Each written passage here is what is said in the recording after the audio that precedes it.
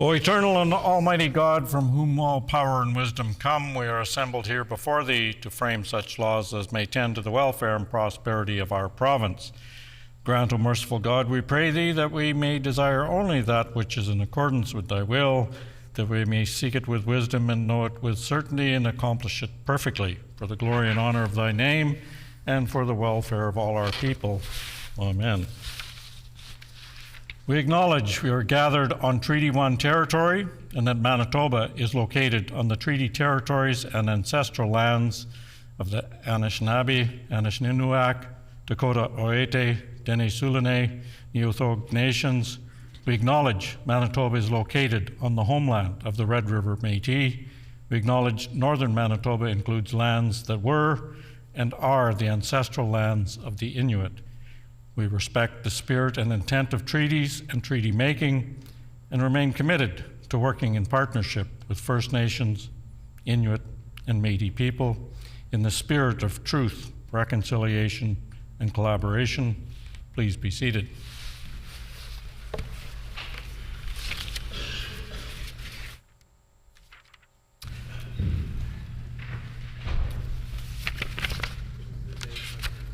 Orders of the day, private members' business.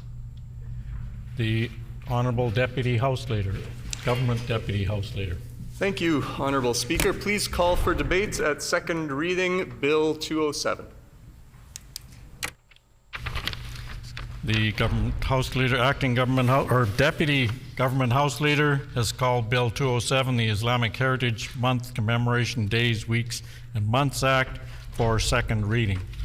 The Honourable Member for Assiniboia. Honourable Speaker, I, seconded by the member from Waverley. I move, seconded by the member from Waverley, that Bill number 207, the Islamic Heritage Month Act, Commemoration of Days, Weeks, and Months Act amended, be now read a second time and referred to a committee of this House.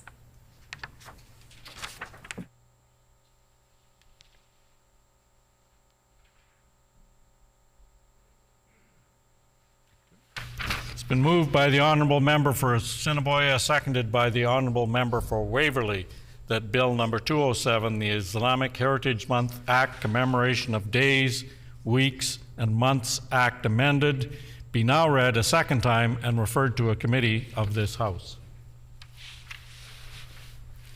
The Honourable Member for Assiniboia. Thank you, Honourable.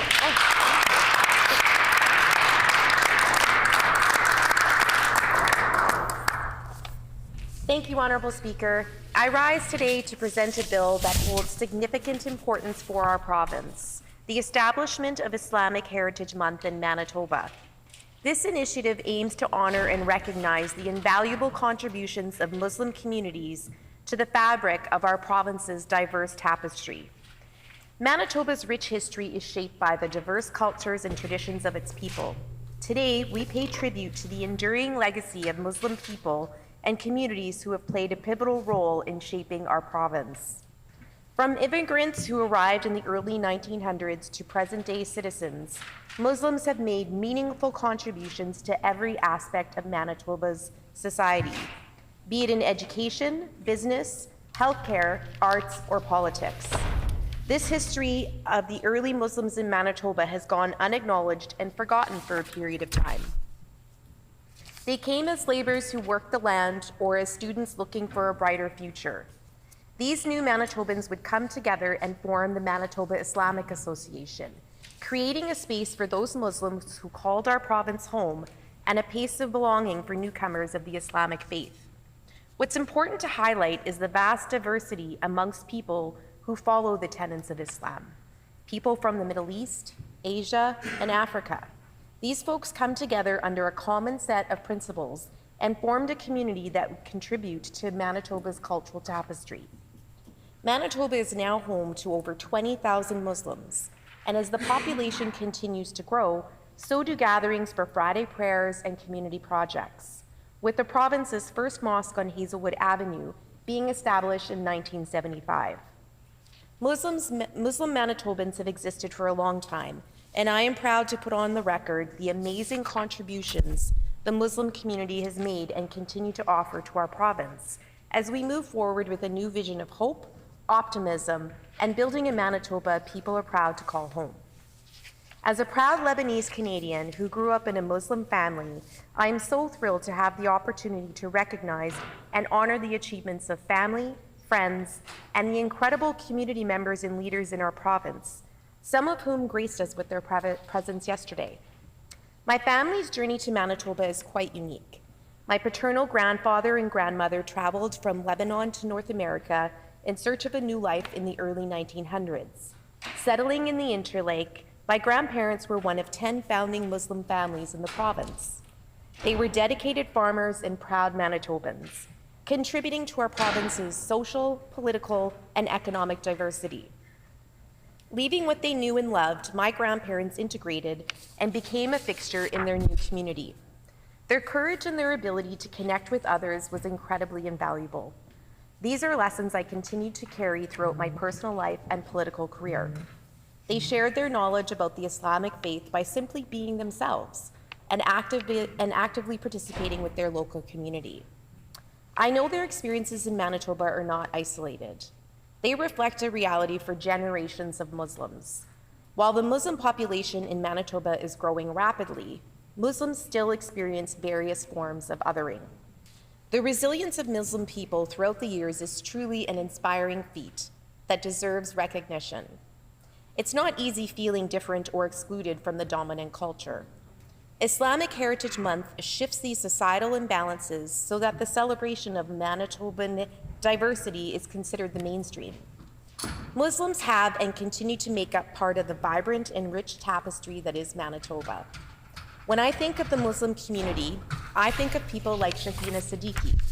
She is a speaker, educator, author, spiritual counselor, and community advocate who has committed her life to building bridges for faith and cultural communities in Manitoba. In her experiences, Shahina has identified Muslim youth in Manitoba feeling grief and exclusion at school, in their neighborhoods, and on their social media pages. They deserve to know they are accepted and celebrated as they are. Many Manitobans, like Shahina, are proud to know this bill will help our youth feel like they belong, feel like Manitoba is their home. We need to take action to ensure they know their Muslim heritage matters. As a grandparent, Shahina shared how excited her grandchildren are to know they have a government that is willing to take concrete steps towards solidifying their community's role in Manitoba's history. Unfortunately, there is a lot of misinformation about what the Islamic faith truly is and what Muslim communities really believe. With the passing of Islamic Heritage Month, our NDP government will join in celebrating Islamic heritage and history, combating all forms of Islamophobia, racism, discrimination, and violence against Muslim communities, and promoting inclusivity for all Manitobans.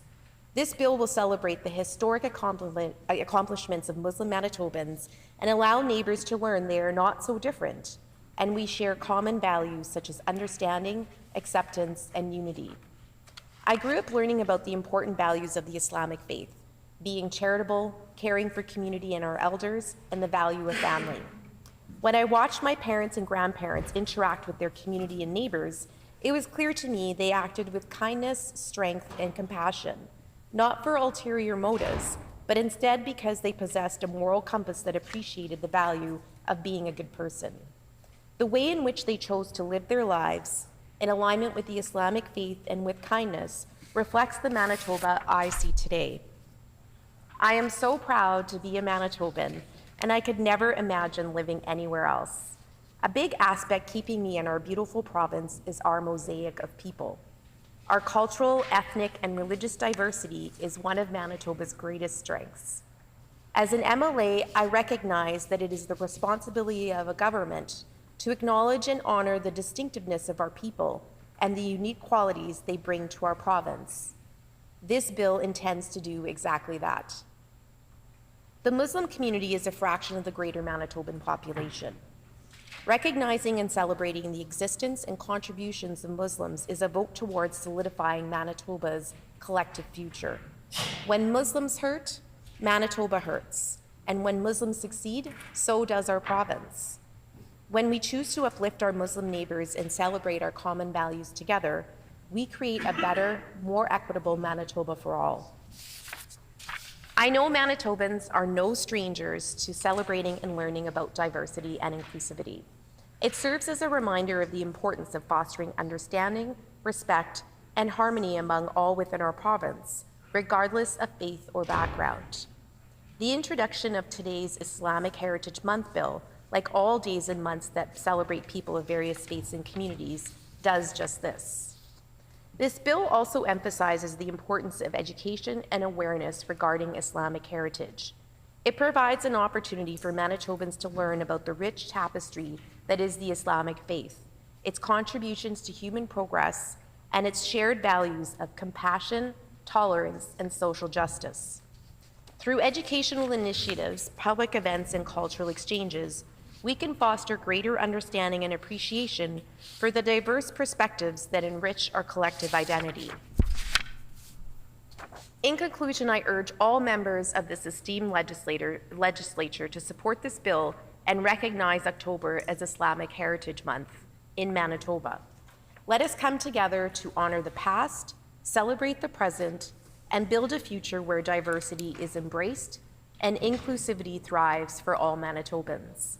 Together, let us ensure our province remains a welcoming and inclusive home for all its residents, regardless of their background or beliefs. Thank you, merci, miigwech, and shukran.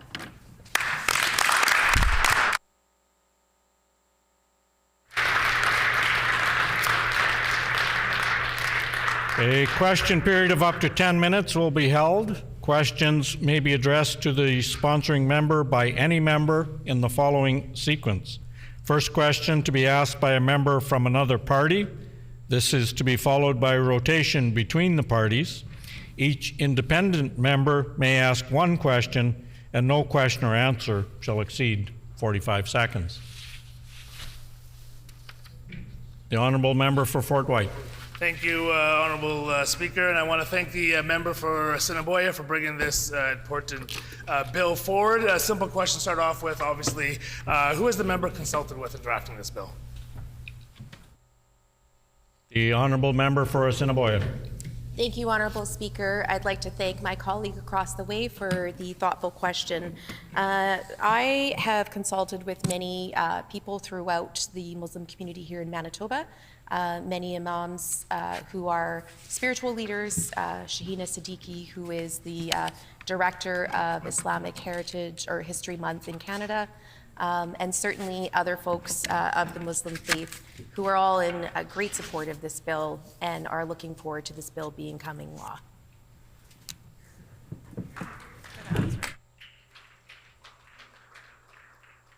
The honourable member for McPhillips.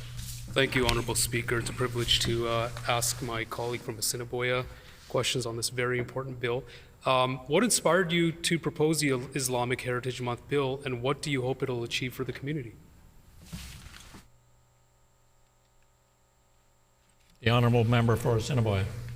I'd like to thank my colleague for such a thoughtful question. The reason for introducing this bill is really to highlight the contributions of the Muslim community in Manitoba.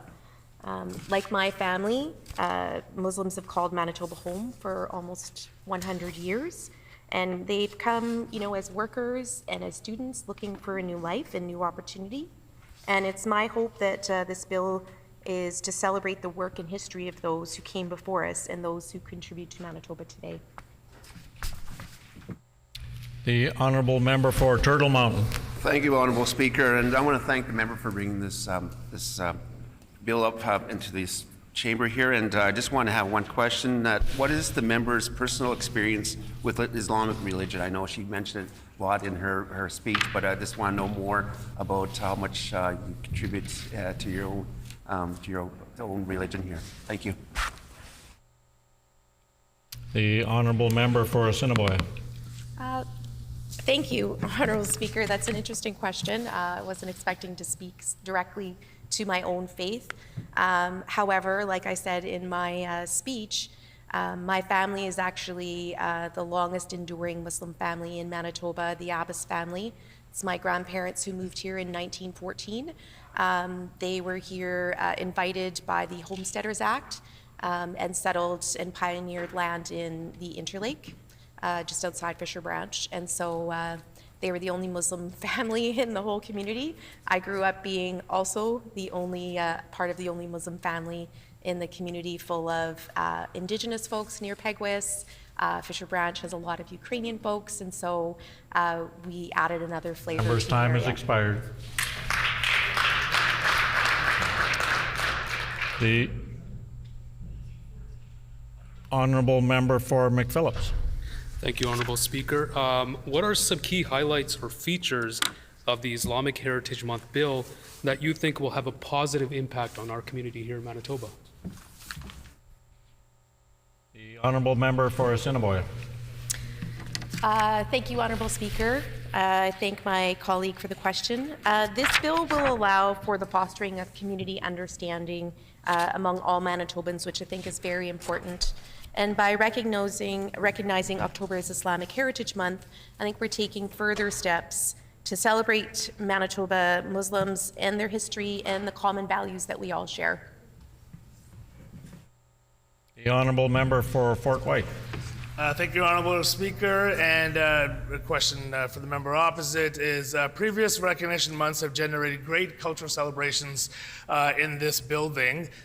Just last year with the Sikh Heritage Month was a fantastic celebration. The Turban Day was fantastic, and previous other celebrations in the building. Does this member plan on continuing this tradition in this building?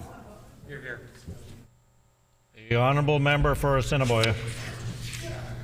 Honourable Speaker, I'd like to thank the member from Fort White for his question. Certainly, the point of this bill is to celebrate Manitoban Muslims, their contributions to Manitoba, which is went from 10 families in the early 1900s to now almost 25,000 people living in Manitoba. It's a remarkable feat. And of course, we are wanting to celebrate the contributions that Manitobans have made who are of the Islamic faith, and we will certainly do so.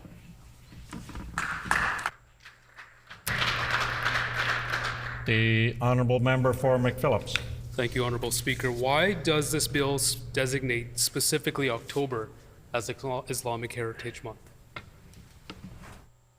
The honourable member for Assiniboia. Thank you, Honourable Speaker. The federal government designated October as Islamic History Month in 2007. And so we are wanting to follow suit and use October as the month to celebrate Islamic Heritage Month here in Manitoba. The honourable member for Turtle Mountain. Thank you, Honourable Speaker. What else can the government do to celebrate the Islamic Heritage Month more broadly in this province? The honourable member for Assiniboia. Thank you, Honourable Speaker, and thank you to the member across the way for their question. I think what's really important aspect of this bill is our looking at educating the public about the contributions of Muslims within Manitoba. And certainly a part of it is combating any type of form of racism or discrimination, especially against Islamophobia, and providing education and awareness to the general public about the Islamic faith. And I think that will be an important thing to do throughout the province. The honourable member for McPhillips. Thank you, Honourable Speaker. My colleague touched on this a little bit earlier, but what are some of the contributions Muslim Manitobans have made to our province?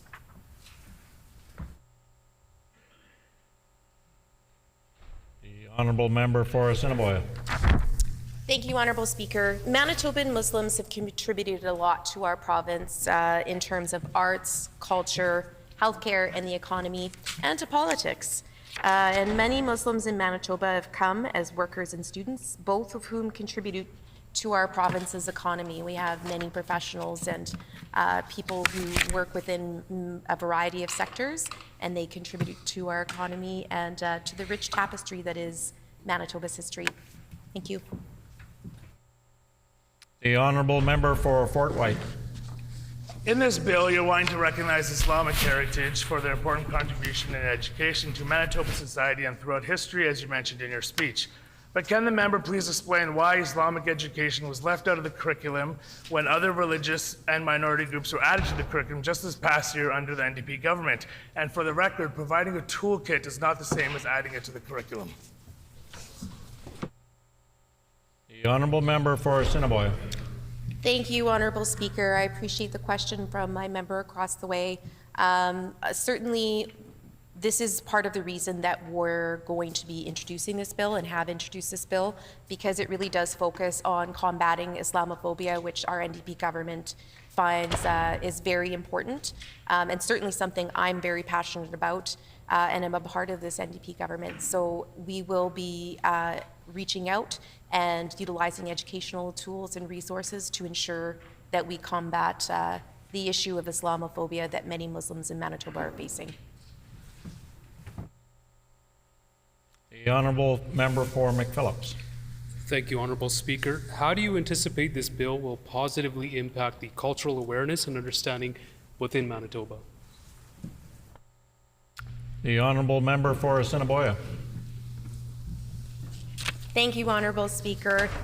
I appreciate the question from my colleague. The introduction of this bill will celebrate diversity and inclusion and promote education and awareness, as I just had discussed earlier.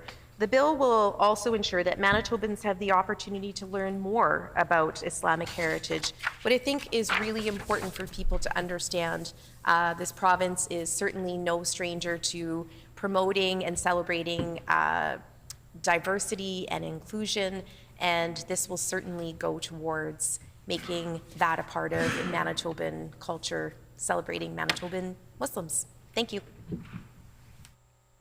The honourable member for Fort White. Thank you, Honourable Speaker. Given the crisis that is happening in Gaza and Israel, do you think that creating an Islamic Heritage Month will help diffuse or increase tensions within these communities, given especially what happened here yesterday, which was obviously political games with the calling of a ceasefire and then the NDP rejecting the amendment we made yesterday? The honourable member for Assiniboia. Thank you, Honourable Speaker. My answer to that is, of course, this means a lot to the Muslim community here in Manitoba. I have consulted with many folks who are excited to see our NDP government solidify the contributions that Muslim Manitobans have made in this province for more than 100 years. I believe that it is important to celebrate people who have contributed to our province. And certainly, there are no political games being played here. I think what's really important is that we actually are a government who represents and listens to all people.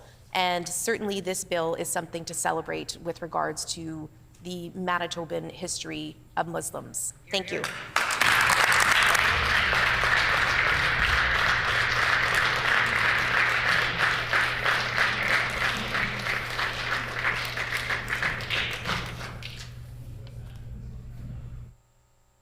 The floor is open for debate. The honourable member for Fort White.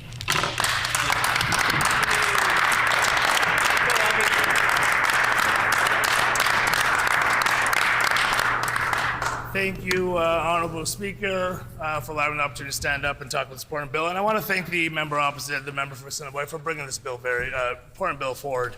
I'm really happy and proud and honored that I'm part of the Assembly when she brought that forward. So thank you very much for doing that. I do also echo the comments that, bringing this bill forward is not political games. This is something that's important, something that's needed. So thank you for bringing it forward. I also want to apologize sincerely to the member from Assiniboia. I was not aware that she was part of the Abbas family until last night. So I apologize for that, and I was genuinely unaware of that. So I did read online that grew up in a Muslim family. So I apologize if any of my comments yesterday came across as rude or insincere, as far as being the only Muslim in this chamber. I was sincerely, genuinely unaware of that until last night, and then again further reminded today that you are part of the Abbas family, which is a foundation and a staple in this province. Anyone that knows them for 100 years, I wasn't aware of that. I thought it was more 50 years, but 100 years, wow. along with a great many families that have really laid their roots and foundations here in Manitoba, not only for their family, but for generations to come, and not only for the Muslim community, Islamic community, but for all of Manitoba. If you look at not only the work the Boss family has done, the Al Tassi family, Albert. If you look at what the Zeed family has done with their food fair locations and all the philanthropic work they do, with Sheikh Ismail and the work he's done with Islamic Social Services Association, with MIA, Manitoba Islamic Association, and Idris and Sufyan, and all the board members over the generations that have worked there, and the great work they've done to make this province better. So it's nice to see this bill come forward and recognize that and solidify that here in this building and here in this province, where Muslims can celebrate and be proud of their culture and heritage and be recognized for that. So again, apologize to the member opposite if I at any point yesterday offended with any of those comments. I was sincerely and genuinely unaware of that lineage. You know, I made a sorry, fasting again today, day 2. So I will get better as we go, and hopefully I won't have to pause as much to get my breath back. The Islamic heritage and being a proud practicing Muslim is something that I've obviously made well aware. I wear it as a badge of honor to stand up and you know, represent the community the best I can, and also the greater community, not just the Muslim community, but all of Manitoba. I've always been proud to call myself a Manitoban and a Canadian first and foremost, and then, you know, whatever else comes after that, whether it be a blue bomber, entrepreneur, father, Muslim, Pakistani, from a Pakistani family. You know, all those things to me have always come after being a proud Canadian Manitoban. This bill, this act, really gives the Islamic community, and I had this question for one of my colleagues, and I'll just clarify. Someone said, you know, so what's Muslim and Islam, and are they separate? And I said, well, it's kind of like if you look at Christianity as the umbrella, then you have Catholicism, Protestant, and whatnot underneath it. It's Islam is the umbrella, and then Muslims are the people that practice the faith of Islam. So I am a Muslim, I practice the faith of Islam. So a little clarification for people who just want to understand that a bit more. My family emigrated here in 1978 in Ottawa. I've said this story a few times on the record, but came here to make a better life for their family and their kids. And I was born in 1980, and you know, it was a tough life coming here. It was tough. As I look through the history of Manitoba here in this province, and I think back at my family, when they came there was only a handful of families as well. Moving to a different country, setting up your roots, not knowing the language, not knowing the cultures, the traditions, the foods. I mean, imagine trying to fast back then and being the only one. Now it's accepted and it's appreciated and it's understood from whatever faith you're from whatever background you're from. It's celebrated in this province, and that's something to be proud of. I am very proud to stand in the legislative building and be a Muslim Canadian, Manitoban, and have my colleagues support me, have my colleagues ask questions about, hey, what does this mean? Hey, what does that mean? Not have my colleagues laugh at me or heckle me or make a passive-aggressive comment, to really be genuine in their understanding of the faith. Hey, where does the Prophet Muhammad, peace be upon him, fit into this? Where does Jesus fit into this? Where does God fit into this? What are the tenets of Islam? And through having this conversation, through having an awareness, a month brought up. You really don't know how thirsty you get until you're fasting. Your mouth gets dry. Having this is fantastic. It is really special that we can use this opportunity. I remember a time when I played for Blue Bombers. I was in the locker room after a game. Actually, it was after practice, and we're all sitting around, and you know, CFL is a great mix of people from all over. And there was a bunch of us, 20 of us, and they said, "Hey, what's a Muslim? Never met a Muslim before. What is that? What do you guys do?" And it was about an hour, 2-hour dialogue of just talking about it, what it meant, and they, you know, everyone left that conversation locked and feeling better about themselves, having greater understanding. And they genuinely said, I had never met another Muslim before, I just hear about them on TV. And we all know what we hear on TV isn't the most flattering thing in the world. bringing a bill forward like this, I think, will help break down those barriers. This province has done that time and time again. This building has done that time and time again, celebrating heritage months to educate on various groups and histories and contributions that they make, from Ukrainian month to Filipino month, Asian Heritage Month, Black History Month, Sikh Heritage Month, Jewish Heritage Month, and I can go on and on and on about how many great cultures, great groups that are celebrated in this province. So now it's an honor to add Islamic Heritage Month to that list. You know, there are so many amazing things to celebrate about the Islamic culture and traditions and heritage. I could go on for 30 minutes, but I just realized I only have 3 minutes left. I've been so used to speaking for 30. From times of poetry to film, art, spirituality, philosophy, you know, the Islamic faith has played a pivotal role in getting society to where it is today. And some people say, well, what does that actually mean? I'm going to skim through the last couple pages here, but you look at surgery. Dr. Al-Zawahiri published a 15-page illustrated encyclopedia, which was one of the first ones on detailed procedures on how to perform bodily surgeries. Coffee, enjoyed around the world. This is the 9th century. It was first brewed in Yemen. In the earliest days, coffee helped Sufis, Islamic mystics, stay up during late nights of devotion and prayer. The flying machine, Ibn Abbas Faranas, was the first person to make a real attempt at flying constructions, and later on that schematic was taken to actually succeed there.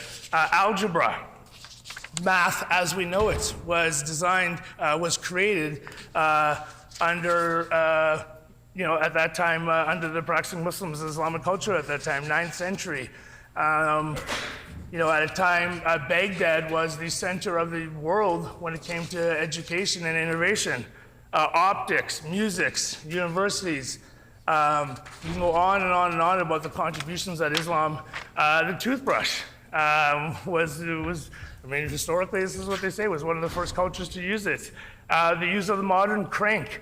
Hospitals as we know it today were first originally found to be in Egypt. You can go on and on and on about the contributions that the Muslims have played throughout history. So having this bill go forward, I believe is a great step forward for this province. I'm happy the member from Assiniboia brought it forward.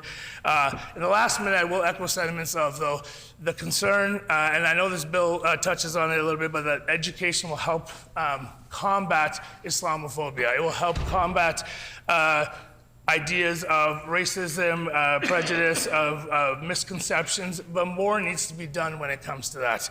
I alluded to this in the question that, you know, if this government is really concerned about combating Islamophobia and making Manitoba a more inclusive place, then instead of providing a toolkit, the Islamic education should have been added to the curriculum. And that's something that I hope we can have further dialogue for on further combat these barriers of Islamophobia, racism, anti-Semitism, whatever they may be, making Manitoba a truly inclusive, diverse, welcoming home, like we call it, friendly Manitoba.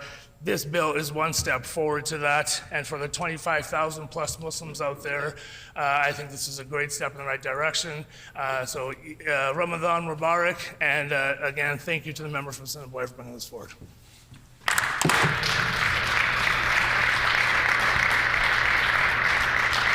The honourable member for Fort Richmond. Honourable Speaker, I'm honored to rise to represent Fort Richmond and speak in support of Bill 207, the Islamic Heritage Month Act, brought forward by my colleague, the member for Assiniboia. I'd like to thank the member for Assiniboia for giving us this opportunity to highlight the importance of this matter. Manitoba is home to over 20,000 Muslims. In South Winnipeg, much of the population is within the Muslim community. They make great contributions to our society every day. They are entrepreneurs, business owners, provide social services, are professors and academics and educators, and lead in the arts. They are all Canadians, and they are all Manitobans. Many are raising kids and families in South Winnipeg. I'm always grateful for the diversity of South Winnipeg, especially my Fort Richmond constituency. We must always be celebratory of each other's differences as difference makes our community rich, interesting, and strong. By commemorating Islamic Heritage Month, we reaffirm our commitment to building a society where every individual feels valued, respected, and empowered to contribute to the common good. Embracing Islamic Heritage Month is a reminder of the importance of fostering understanding, respect, and harmony among all Manitobans, regardless of their background or faith. Honorable Speaker, I have had the privilege of meeting with numerous Muslim community members within the past 10 years in different capacities. As a school board trustee and vice chair of the Winnipeg School Division, I brought forward a motion that unanimously passed to condemn Bill 21 in Quebec and to reaffirm school board's position as a safe place for all students. Just for the background, Bill 21, the secularism law, which has been in place since June 2019, prevents certain civil servants, such as teachers, police officers, and government lawyers, from wearing religious symbols while on the job, such as hijabs worn by Muslim people, Jewish yarmulkes, and Sikh turbans. Many civil liberties groups argue that the law especially discriminates against Muslim women who wear head coverings and goes against the human rights of so many in Quebec. It was important to myself, the learning community, to families and friends that I condemn the outright Islamophobia that was passed in Quebec through Bill 21. I know that our public service in Manitoba is enriched when it welcomes people from diverse backgrounds, ensuring protection against discrimination and celebration of one's background. I have also heavily interacted with the Muslim community in my role as an advocate. I worked with Auntie Shahina Sticky, who the member for Assiniboia mentioned earlier, and the Islamic Social Services Association to teach anti-racism training to law enforcement and educators. We can all be advocates in our communities, fighting against injustice and standing up for others' human rights, especially those who don't have a voice at the table. Islamic Heritage Month is more than a commemoration month. It is a powerful platform for dialogue, understanding, and mutual respect. As we commemorate, let us also embrace the opportunity to build bridges, to learn from each other, and to strengthen our communities. Currently, in my role as an MLA, I have met with numerous community members and listened to their experiences. I know that the Muslim community is experiencing a distressing time. The ongoing war in Gaza is taking a toll on Muslims in Manitoba. Incidents of Islamophobia has risen since the beginning of the war. Many Muslims are afraid to talk about the situation with their non-Muslim friends, neighbors, and co-workers. They fear that their community spaces will be unsafe and hostile if they express their concerns and grief. In Fort Richmond, where a large number of Muslim communities reside, a number of incidents have happened, including incidents happened near schools and at the university. This is why education and awareness are so important, especially now. Education should not be the sole responsibility of the Muslim community. That is why we should continue to have the conversations, pursue the education, and officially recognize the Islamic Heritage Month. As a first-generation immigrant myself, I think of my children who were born in Canada. I want them to interact with our culture as much as possible, but I know not enough is made readily available. I felt this when I was invited to the house of a Palestinian family with high school-age children in South Winnipeg. How the parents lovingly wanted their children to be able to relate, understand, and know their Islamic faith. Manitoba Islamic Association owns and operates the historic first mosque in Manitoba in South Winnipeg. The Manitoba Islamic Association offers a number of community educational programs for children and families, which include the Islamic elementary school from kindergarten to grade 4, and a daily program for preschool ages in Arabic and Islamic culture through active activities.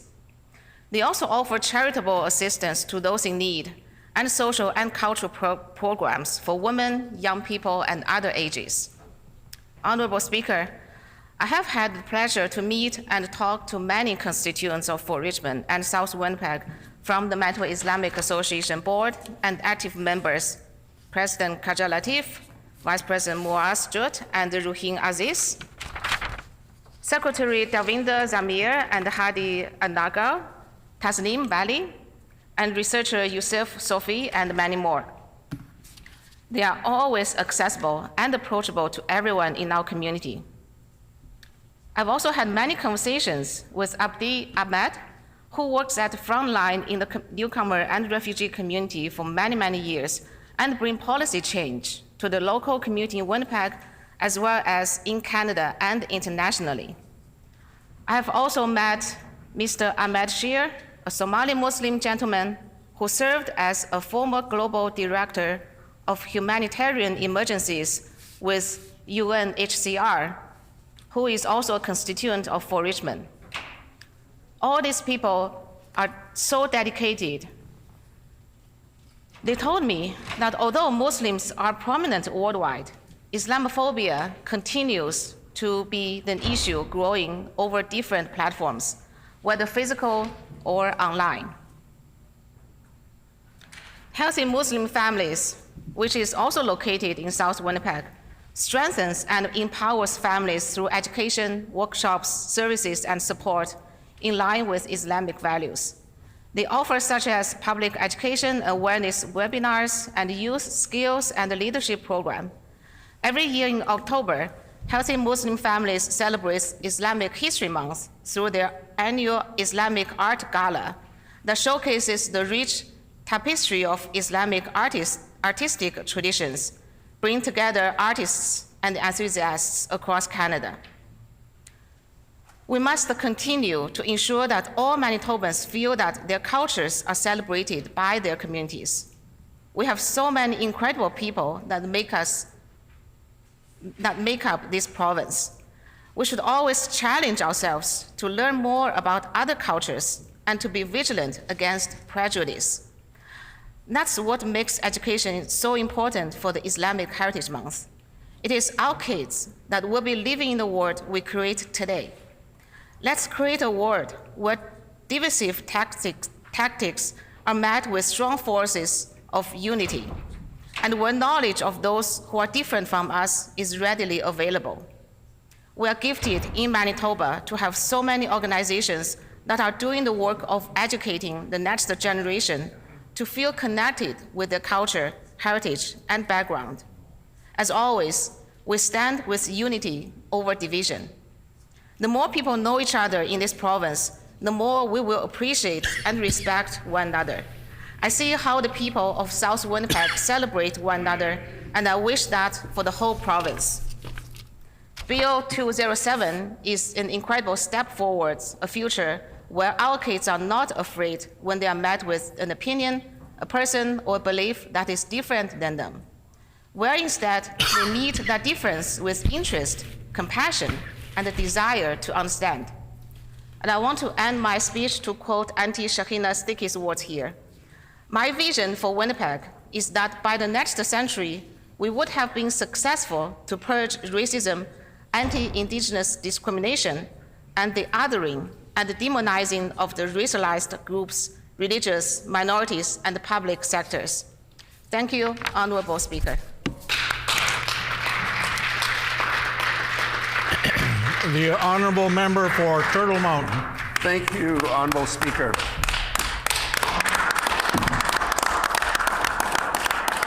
First, I'd like to thank the member for Assiniboia for bringing this Bill 207 forward, Islamic Heritage Month. It's so important that a province like Manitoba, we have such diversity in our province, and it's so important that the respect that we have for each other. Like the member said, she had her grandparents came, or her family came back on the turn of the century to the Interlake region and grew up as Islamic, grew up Lebanese, And the importance of being diversified throughout this whole province is so important. Like my own background, none of my grandparents were born in Canada. Both my grandparents on my paternal side came from Ukraine. One came my grandmother came when she was only 2 or 3 years old, and my grandfather came when he was 17 by himself to come to this country from Ukraine before all the conflicts started in World War I and World War II. So I'm thankful for him that he came to Manitoba. And the thing was, my mom's side, my maternal side, my grandparents came from England, Yorkshire, England. And my grandfather came here to Manitoba, firstly, to come to look for a dairy farm for his parents, who they were going to sell their dairy farm in England to come to Russell, Manitoba. And so when my grandmother, who was married to my grandfather, before she came to Canada, she lost her mother during the pandemic of 1918. And she came to live with her sister, who was actually married to my grandfather's brother. So 2 brothers married 2 sisters. And so the interesting thing was, my grandmother, who came from England, as a young girl, she was only 14 years old at the time, and 14, yeah. And so the thing was, my mom's cousin in England did a family tree. And the family tree indicated that my grandmother had discovered that her grandfather had separated from his first wife to marry somebody who had Roma background, which Roma means is the Romas that came to Europe were basically from Punjab, India. And they came to England, to Europe, and they assimilated with the population. A lot of times they took the name or they took the religion of the area that they actually settled in. And so my background, we've realized that we have Roma blood in my grandmother. And so the thing was, the importance of that was back in the day. You know, I have a interracial marriage. I married my wife, who is Jamaican, half Jamaican. My mother-in-law, who just passed away recently, came from Jamaica. And she was not just my mother-in-law, she was more like my mother. And I'm going to miss her very much because she believed in me. And the thing is, that is so important why we have to really embrace the differences in this province when it comes to diversity, especially the Islamic population who come here for opportunities much like my grandparents came at the turn of the century. It is important that we embrace everybody that comes to this province to make sure that they are productive in our society, that they have education, to make sure that we respect each other. It is so important because this day and age, there's such a more and more division that's happening right now. Polarization is important. But we have to come together as one, as for Manitobans. And I really believe that working together and making sure that this is a better place for our youth, our children, because at the same time, I have to say, learning, having the member for Fort White, who joined us about 2 years ago now, has been a really good addition to our caucus. And I've learned so much from him when it comes to Islamic and Muslim, the importance of certain days of the year that's important to them, as much as when it comes to Christianity, it's important days that we have when we go forward here, Mr. Honorable Speaker. And again, what we see right now, the thing is, we're seeing more the Muslim Islamic population coming into rural Manitoba, which is good to see. We want to see that diversification. They're buying businesses in our small town, like they're buying hotels, they're buying gas stations, they're buying businesses that are flourishing, and it's important that we have the next generation of youth that, and we need to populate this province, because when it comes to the baby boomers, they're saying right now, when the baby boomer was born, there was 4 kids per baby boomer family. And now we're seeing that Canadians are only having 1.5 kids.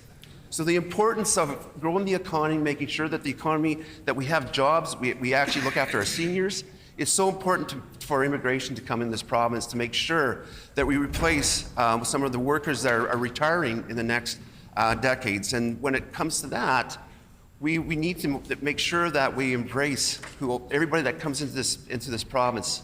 If it's doctors, it's professionals. If it's truck drivers, it's every other industry out there. If it's heavy mechanical operations, we got to embrace immigration that comes to this province for making sure that we grow the economy. And it's so important that, the contributions that immigrants bring into this province, and no matter what religion you are, what ethnic group you are, it's important that we all have one common goal here, to have a better place for our youth, our next generations, because it's so important that we have acceptance. And that's the key thing that I want to bring here today, and making sure that when it comes to the religions, I grew up Catholic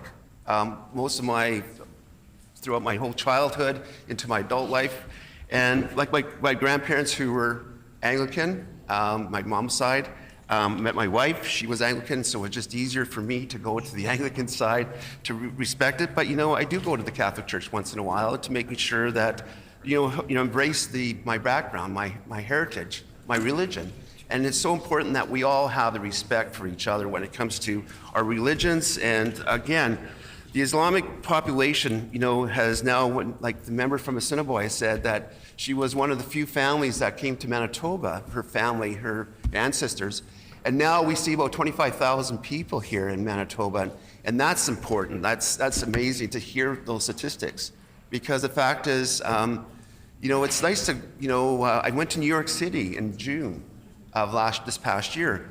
And I saw the diversification. They say that New York is one of the most diversified populations in North America.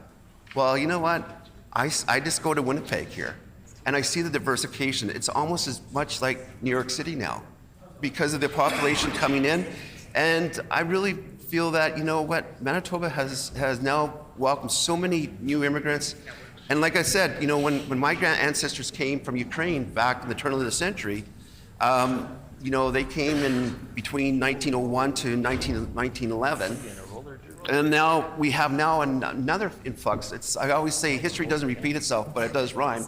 Now we're seeing a lot of refugees coming from Ukraine, coming here to this province, and I believe the numbers are up to about 25,000 just of Ukrainians coming to this province in the last 2 years since we opened up, making sure that we had the refugee welcoming center for the Ukrainians. And so it's important that we make sure that we have all these resources when it comes to bringing in people from around the world coming to this province to have a better life. That my grandparents came here for a better life for myself. And I feel so honored that I can be here representing this at the Manitoba Legislature, all for my grandparents who came to this country for a better life. And I want to thank them for what they did for me and for my other members of my family. And I see that with many other peoples out there when it comes to different ethnic groups from different parts of the world, and making sure that they have their generations, their third generation has the opportunity that I had in this province. That I did well in business, and I was fortunate because my grandparents took the chance.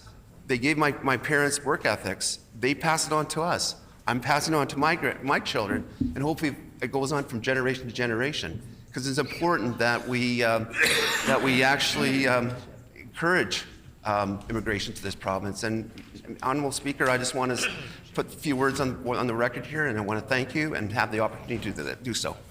Good job.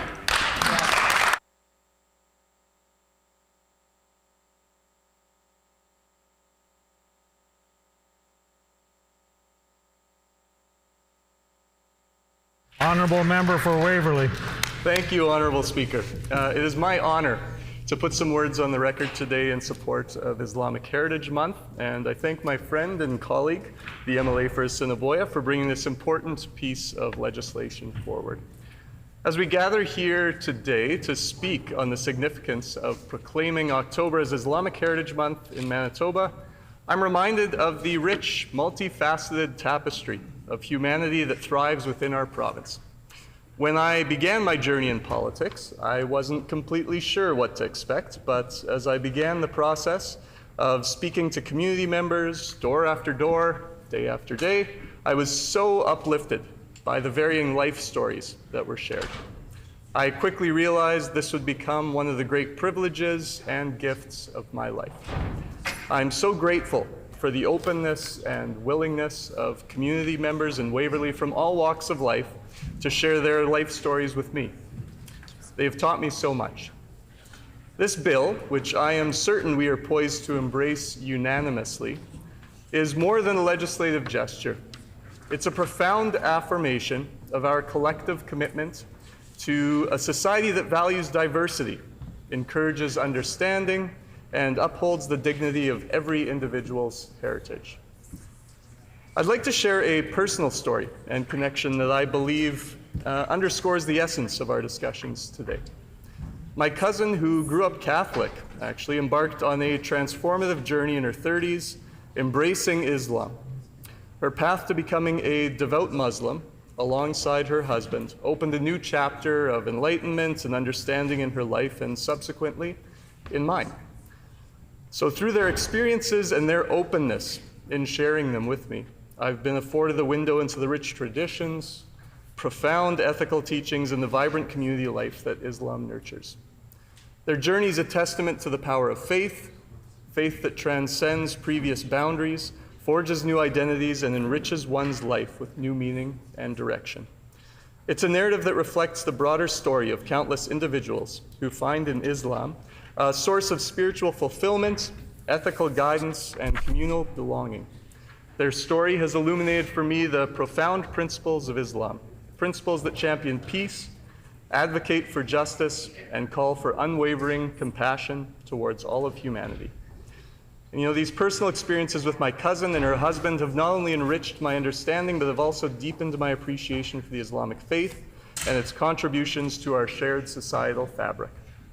And so, I am so pleased to stand in support of this Islamic Heritage Month bill, and I am so proud of the member from Assiniboia for bringing this forward, and I look forward to this chamber voting for it unanimously. In favor. Thank you so much.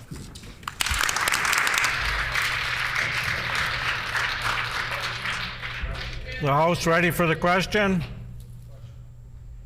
The question before the House is the second reading of Bill number 207, the Islamic Heritage Month Commemoration of Days, Weeks, and Months Act amended. Is it the pleasure of the House to adopt the bill? Agreed and so ordered. The official opposition House Leader. Is there a will of the House to call it unanimous? Is there a will of the House to call it unanimous? Agreed and so ordered. The bill was passed unanimously.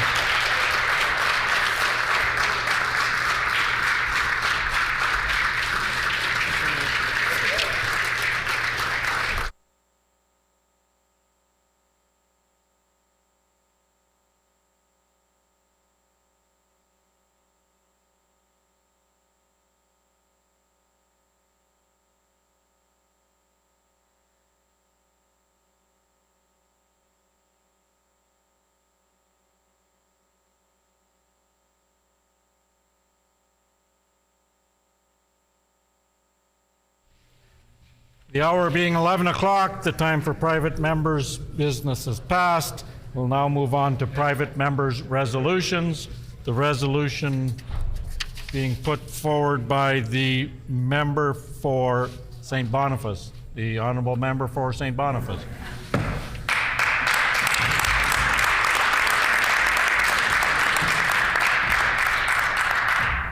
Merci, l'Honorable Président. I move, seconded by the MLA for Seine River.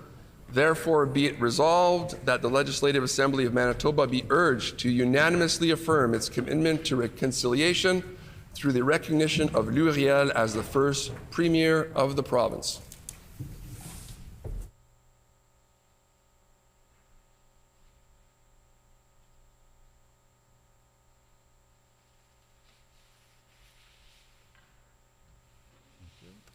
Been moved by the honorable member for St. Boniface, seconded by the honorable member for Seine River, that therefore be it resolved that the Legislative Assembly of Manitoba be urged to unanimously affirm its commitment to reconciliation through the recognition of Louis Riel as the first Premier of the province. The honourable member for St. Boniface.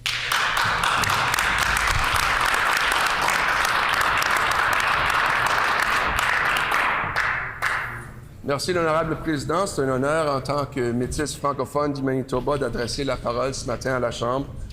J'aimerais reconnaître qu'en 1869, le peuple métis qui habitait le territoire connu sous le nom de la colonie de la Rivière-Rouge a établi un gouvernement provisoire, Monsieur l'honorable président, et que ce gouvernement a adopté une liste des droits fondée sur une vision multiculturelle, bilingue et inclusive d'une province qui respecte les droits des peuples autochtones et des minorités. Que Louis Riel a été reconnu comme l'un des fondateurs de la province du Manitoba et que les Métis ont joué un rôle déterminant dans l'entrée du Manitoba dans la Confédération. Qu'il y a maintenant plus de 150 ans que le Manitoba est devenu une province et qu'il s'agit d'un moment propice pour reconnaître davantage l'importance, contribution de Louis Riel et des Métis. Que Louis Riel est considéré comme un héros et un défenseur de la culture francophone et que les Manitobains et Manitobaines sont encouragés à s'informer sur la riche histoire et l'influence considérable de la communauté francophone. J'aimerais aussi reconnaître que lors du jour de Louis Riel, le 19 février 2024, le gouvernement provincial a honoré Louis Riel en accrochant au palais législatif du Manitoba son portrait accompagné d'une plaque sur laquelle est inscrit Premier ministre Louis Riel, mars 1870 à juin 1870, fondateur du Manitoba, fier métis de la Rivière-Rouge. Alors, Monsieur l'honorable président, la loi puissante désignant Louis Riel en tant que premier ministre honoraire du Manitoba a été un moment historique dans l'histoire de notre province. Cette loi, qui a été élaborée pendant de nombreuses années, avait été présentée par notre premier ministre, l'honorable Wab Kinew, au courant des 2e, 3e, 4e et 5e sessions de la législature précédente. Évidemment, nous savions que ce projet de loi devait être adopté et notre équipe a donc... Order, please. I just have to remind the member that you can't refer to another member by name, have to use their ministerial title or their constituency. The honourable member for St. Boniface. Merci, l'honorable président. Donc, évidemment, nous savions que ce projet de loi devrait être adopté et notre équipe a donc continué d'avancer avec ce projet depuis 2019 pour finalement réussir en 2023. C'est donc pourquoi notre gouvernement a choisi de faire de la loi Louis Riel la première loi adoptée par la 43e législature du Manitoba. Aux côtés de la Fédération des Métis du Manitoba, de l'Union nationale métisse Saint-Joseph du Manitoba et des membres de la communauté métisse, nous avons été fiers que cette loi reçoive la sanction royale le 7 décembre 2023. Il s'agissait d'une étape importante, Monsieur l'honorable président, dans la reconnaissance de la profonde histoire métisse du Manitoba. Il s'agissait également d'une étape importante pour renforcer les relations de notre gouvernement avec la Fédération des Métis du Manitoba, afin que nous puissions contribuer à collaborer sur les questions importantes auxquelles sont confrontées notre province et sa communauté métisse.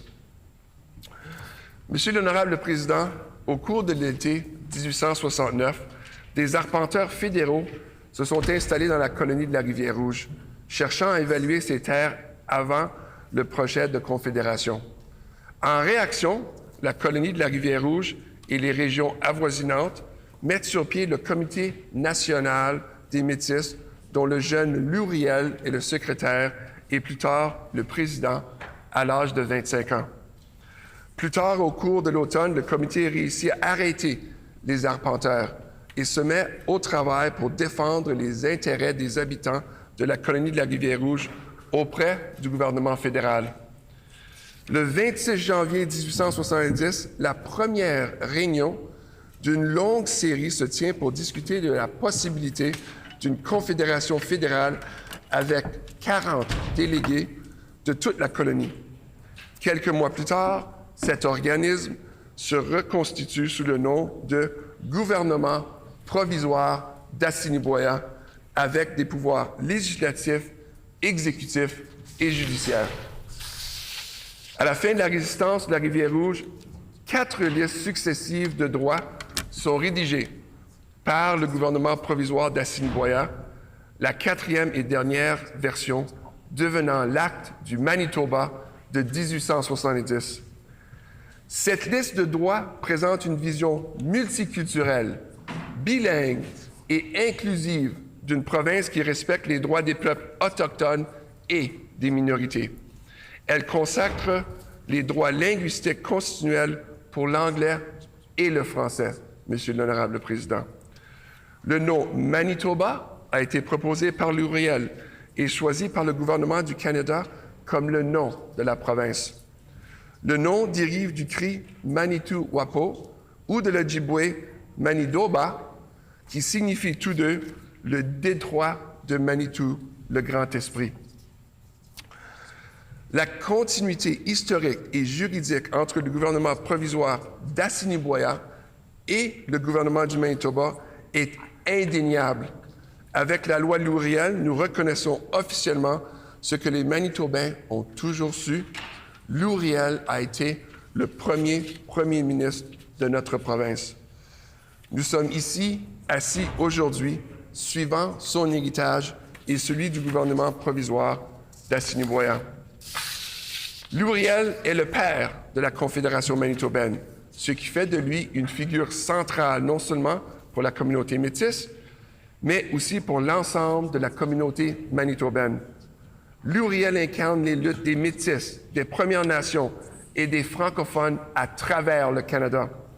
Les tensions raciales entre les colons blancs et les peuples autochtones et, en tant que fervent catholique, il s'est également mêlé à l'histoire religieuse du Manitoba. Grâce à Louis Riel, nous pouvons voir que l'histoire des Métis et l'histoire du Manitoba ne font qu'une seule et même historique.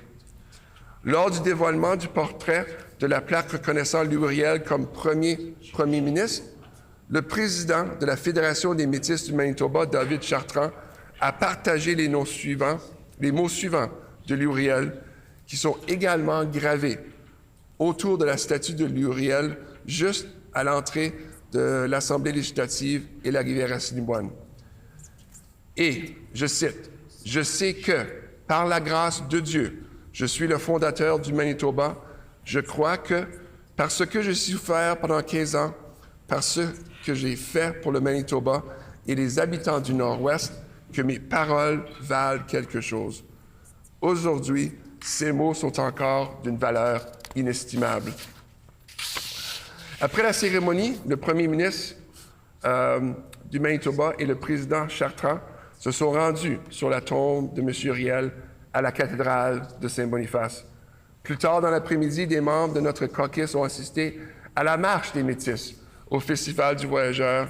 Des gens de toute la province sont venus à nos côtés pour manifester leur fierté à l'égard de la communauté métisse du Manitoba. Dans de nombreuses communautés à travers le Canada, Riel est commémoré par des noms de rues, d'écoles, de quartiers, de statues et d'autres bâtiments. Riel est commémoré par le pont piétonnier de l'Esplanade Riel, qui relie le vieux Saint-Boniface à Winnipeg. Il existe aussi la division scolaire Louis Riel, la statue de Louis Riel, juste à l'extérieur du palais législatif, l'avenue Louis Riel dans le vieux Saint-Boniface, l'avenue Riel dans le quartier Minnetonka de Saint-Vital et même sur les T-shirts Keeping It Riel vendus au Festival du Voyageur. Compte tenu du rôle central joué par Riel dans la création du Manitoba, tel que nous le connaissons, dans le développement de la communauté métisse et dans la promotion des droits linguistiques et des droits des minorités, nous avons également pris des mesures pour modifier les guides d'études afin de reconnaître Louis Riel comme le premier ministre du Manitoba. En apprenant à connaître Louis Riel, les élèves du Manitoba apprendront l'histoire de notre province, du peuple métis et des droits des minorités linguistiques. Merci, Monsieur l'Honorable Président.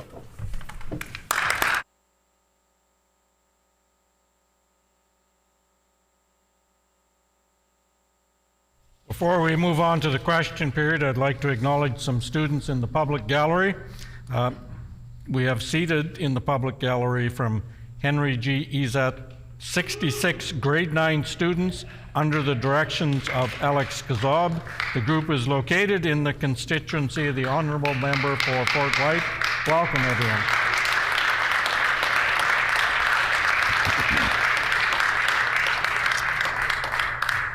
A question period of up to 10 minutes will be held. Questions may be addressed in the following sequence. The first question may be asked by a member from another party. Any subsequent questions must follow rotation between the parties.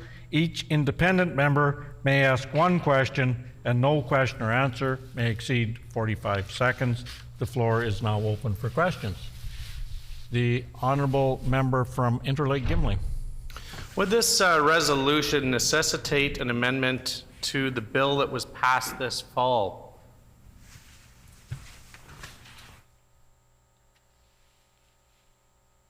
The honourable member for St. Boniface. That's a very good question. Are you asking in regard to the translation, or I don't exactly understand the question? The honourable member for Interlake Gimli.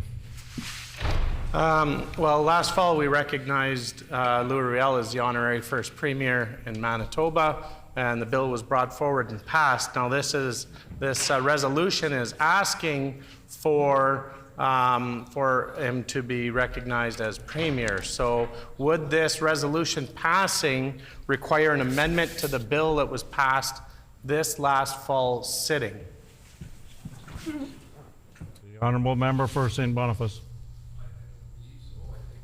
Here is a commitment to reconciliation by all members in a unanimous manner.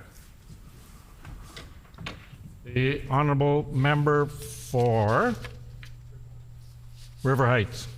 Thank you. Honourable Speaker, after so many years of trying to get this bill passed, what do you think it means to the Métis community and to Manitoba as a whole? The honourable member for St. Boniface. Obviously, the history of the Métis is intertwined with the history of Manitoba. This is an important resolution speaking to the path forward in regards to reconciliation. Over the years, the Métis have been persecuted. A number of great wrongs were inflicted onto the Métis. And I think the only path forward for Manitoba, recognizing that over 100,000 Manitobans are Métis, is to recognize Louis Riel as the father of Manitoba and recognize the important path forward in regards to reconciliation. Are there no further questions? The honourable member for Swan River. Can the member give some examples of what will be added to the Manitoba curriculums? The honourable member for St. Boniface. Well, thank you for that question. I have a quote here by David Stephenson: "A lie is a lie, even if everyone believes it, and the truth is the truth, even if no one believes it." Over years and years and years in schools, kids have been taught that Louis Riel was a traitor, when in fact he is not. He is not only the first premier of Manitoba, he is father of Manitoba and a father of Confederation. So I think what we have to do in learning guides and curriculums is teach the truth in regards to Louis Riel and the fact that he was a great hero, and we wouldn't be sitting here today if it wasn't for Louis Riel. The honourable member for River Heights. Can you talk a little bit about how this act was developed in conjunction with the Manitoba Métis Federation? The honourable member for St. Boniface. I'd like to add that not only was the Manitoba Métis Federation consulted, but Union Nationale Métis Saint-Joseph was also consulted. So all Métis across Manitoba through different organizations were consulted. And as I mentioned previously, this is a resolution that we tried to pass in the past, but we were unsuccessful. And I'm very proud that we're able to do it today. The honourable member for Tyndall Park. Thank you, Honourable Speaker, and I'd like to thank the member for St. Boniface for bringing forward today's resolution. I think it's excellent that we had the opportunity to speak so much about Louis Riel since resuming session about 5-6 months ago now, Honourable Speaker. My question for the member is, I was hoping he could just elaborate a little bit on his own personal experience, how he feels about this resolution, why he is the one in particular bringing it forward. Honourable member for St. Boniface. Well, thank you for that question. My family has deep roots in Manitoba. In 1743, my first ancestor actually came to Manitoba as a voyageur from Montreal all the way to Fort Pasquia, which is now the Pas, or Le Pas. And unfortunately, in my family, given that the Métis had to go underground for so many years, I didn't really find out the roots of my culture or the importance of my Métis culture in my family until I got my Métis card in 1990, and I was the first one to do so. And since then, everyone in my family, uncles, aunts, nephews, nieces. Time has expired. The honourable member for Interlake Gimli. Yeah, thank you. The member talks about additional education stuff as part of it. I would like to ask the member, well, if you follow MMF on Twitter or X or whatever they call it nowadays, you have word of the day there, Michif word of the day. So I think that's important, and ladies from my community actually composed a dictionary of Michif that has taken the traditionally spoken language and made it into writing. So through these educations and in the curriculum, what languages are you considering to, what languages would the member be considering to add to the curriculum? French, English, Michif, etc. Honourable member for St. Boniface. Well, thank you. That's an excellent question. In fact, my daughter, Natasha, just took Michif at the University of Winnipeg as a language course. So the Manitoba Métis Federation is encouraging, I believe, what's called Heritage Métis, which is a mixture of course, Old French and some Sauteux and Cree words. And I encourage all efforts, by the Métis Federation, working with the Department of Education to teach Heritage Métis. Merci. Honourable member for Agassiz. Get your stuff up. Honourable member for River Heights. Thank you, Honourable Speaker. How do you think the passing of the Louis Riel Act has allowed Louis Riel Day to take on a new meaning for our province? Honourable member for St. Boniface. Well, I can tell you that on the Riel Day this year, Métis across Manitoba were unanimous in celebrating leur fierté, or their pride in the fact that they are Métis, that were an important part of the foundation of this province. I had the opportunity to walk with many of my members, with many of them at Festival du Voyageur, in a marche avec les Métifs through Voyageur Park, and everyone applauded incredibly. It was fantastic, and I know that was resonated across the province. Honourable member for Agassiz. Thank you, Honourable Speaker. Bill 202, the Louis Riel Act, was passed unanimously in the fall. Why was this resolution not brought forward at that time while we were having these very important discussions? Good question. The honourable member for St. Boniface. I think the history of the Métis is one that needs to be told more than once, needs to be celebrated more than once. Obviously, a number of wrongs have been perpetuated towards the Métis in the past, and the path forward of reconciliation will not be resolved in one day, in 1 week, but in a number of years. And I think that's why it's important to continue to speak about Louis Riel and the importance of Louis Riel in regards to Manitoba. Honourable member for River Heights. Can I get you to talk a little bit, please, about what the passage of the Louis Riel Act signals to the rest of Canada, where Louis Riel's accomplishments and legacy are not as widely known or understood? Honourable member for St. Boniface. Well, thank you for that question. Actually, Louis Riel is a very important figure of Confederation. In Quebec, they speak of Louis Riel in regards to minority rights, language rights, and whatnot. And even though Louis Riel was a very controversial, hero, not only of the 1870s but of today, I think it's important that we continue revisiting the history of Riel and reaffirming the fact that we can be proud to be Métis, we can be proud to be Manitobans, and we can be proud of entering into Confederation. In fact, Manitoba is the only province that entered into Confederation thanks to the Indigenous people, the Métis of Manitoba. The honourable member for Swan River. Yeah, thank you, Honourable Speaker. Could the member maybe share the many contributions that Riel made? What would he feel would be the greatest to the people of what would become Manitoba? The honourable member for St. Boniface. Well, I think the vision of Riel was clear: to create a bilingual, all-encompassing, diverse, Indigenous culture where everyone can live in peace. And that basically is the foundation of Manitoba, where each and every one of us has a place of respect, of recognition, and where we can raise our families, right? Without fear of persecution. So, Louis Riel, Monsieur l'Honorable Président, était un visionnaire, et je pense que c'est important qu'on continue à le reconnaître en tel que visionnaire et père du Manitoba. Merci.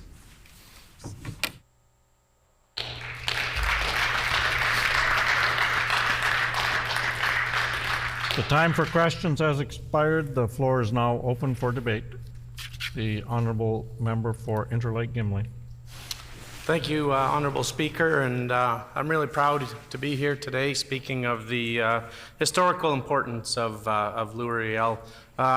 Too bad we couldn't have extended question period just a little bit more. The member spoke of the importance of bilingual. I think trilingual would be, I'm sure he meant trilingual as Michif should be included as part of these teachings. So I'm sure he meant that French, Michif, and English as well for us lay ones here. But as people in the chamber are probably quite aware, my community of St. Laurent is excited to see that Louis Riel is getting the recognition that has been missed over the years. And St. Laurent is the largest Métis community that is left in the world. And as a matter of fact, I think I spoke at the Louis Riel bill, but I'll just remind members in the chamber here as well that so much so that St. Laurent was given a space at the Smithsonian Museum in Washington, D.C. Now, I was privileged to visit the museum, but only after the exhibit had returned home to St. Laurent. And just for those that are listening, they're still fundraising to create a space to show that exhibit in St. Laurent, where it originally came from. There is a life-size bombardier, a real bombardier that is used in today's commercial fishing. And it's been used for years. A lot of these machines, although they look fairly new, they were actually built back in the 40s, 50s, 60s, and I don't think they've made them very few past the 70s. So that heritage is still well and alive right here in Manitoba today, and it's very important to get the recognition in the Smithsonian on the community. And again, I mentioned one of the heritages that has evolved is fishing. So I live in the area, I live in my constituency, and I live in St. Laurent, the arm of St. Laurent. And so out my window, I'm privileged to see every day throughout the winter commercial fishers that are still earning their livelihood from commercial fishing. And so much so this year that the Lake Manitoba, actually, it's very, very healthy at the moment. And the commercial fishers reached their quota, their lake quota. So that's all exciting, but also a little disheartening because their fishing season was cut about a month or 5 weeks short. So we have people that work in the building that used to reside in the community of St. Laurent, and I think we all know Denise right outside here at 2669, and she resided in St. Laurent for 55 years before moving to the city, and she's still contributing to the community here today. But some of the stories that our elders have, and I don't mean to call Denise elder, but she is older than myself. So, but it's those stories that we have to encapsulate and put down in print, so that our children and our children's children are able to continue to tell those stories. And it's not just the stories; it's also the language. And I spoke a little bit about that in question period about hopefully Michif would be included in any curriculum activities that are brought forward. There's a lot of work gone from ladies in my community, predominantly ladies. There's that have worked on it, and some have passed since their accomplishments. Some are still with us, and I was able to actually recognize them in the community this past summer. And so I just want to talk a little bit about what they've done for the community in encapsulating the Michif language in now a written language. So I guess it takes me back a long time ago when I was still in my two-room school. Patsy, or Patricia Miller, was my teacher, and I still have a hard time saying the first name. I still call her Mrs. Miller, as probably most of us do with our teachers. Even the students in the gallery here, if they run into their teachers years down the road, they'll probably still refer them to them as they known them in school. So my point, the point of Mrs. Miller. Bringing her up is like she's been a lifelong giver in the community, giving back through teaching, but also she participated in this book, which she has now passed, and but a part of her is with us in this book alone. So there's also the three that I recognize that I think it's only fair that I ensure that their names are on the official Hansard and the record in Manitoba to be here forever. So that's Lorraine Kachu-Lavallee, June Bruce, and Agath Chartrand. They all work so hard in ensuring that the Michif language does not die. I think we all have probably had our parents, grandparents, great-grandparents that have spoken a different language at some point, in the majority of us, at some point in our heritage. And for myself, Icelandic, Swedish, those languages are lost and gone. I could only probably muster up 10 words. I would be able to probably muster up more Michif words than I could Icelandic words. So I just want to recognize these ladies and their hard work and putting stuff in writing. If stuff isn't in writing, it's in our memories. And as we move on to the next life, if you will, those memories are gone. Or as we age, those memories fade. So I feel it's very important to recognize these ladies for the outstanding work that they've done. So I was born in Winnipeg, but so it's a couple days old. I was in Oak Point. That's my hometown, which is the neighboring town to St. Laurent. So obviously, there was a lot of mixing of cultures there. So I feel we are very, very diverse in being able to make bannock or make hardfisker. Hardfisker is just fish jerky for those that don't know the delicacy, one of the delicacies that Icelanders make. But bannock is also a delicacy if you have a taste for it. I love it myself. And my kids still make it as part of their heritage, but they had to be taught that. That didn't get passed down through the generations, so we had to teach them that after their mother had passed away. And this book as well has has significant importance because now they can reclaim their language as well. They can pick up the Michif book and study what their ancestors have spoke. And again, I say spoke because it was never a written language until now. So I think it's very important that people make commitments to the community like this. Now, my kids, they do practice the fishing, hunting, gathering, and we still all probably love the good old Manitoba Saskatoon.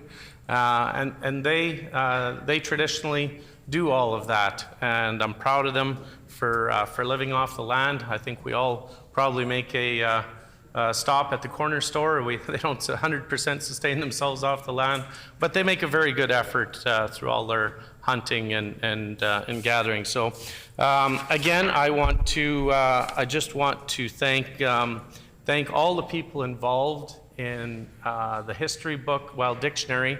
There's a previous history book that I didn't mention, but I say I don't have enough time to get into that. But the dictionary in specific I wanted to talk about today with the Michif language that has been preserved now for people in the future, just to be able to pick up that book and learn from. And I know I asked the member about education.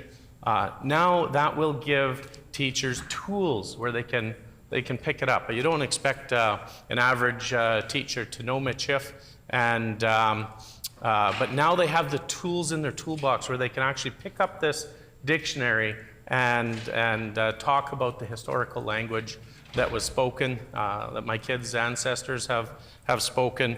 And I think it's very important to have that preserved in history. So thank you, Honorable Speaker, and thank you for the time today to talk about this important matter. The Honourable Member for Seine River. Thank you.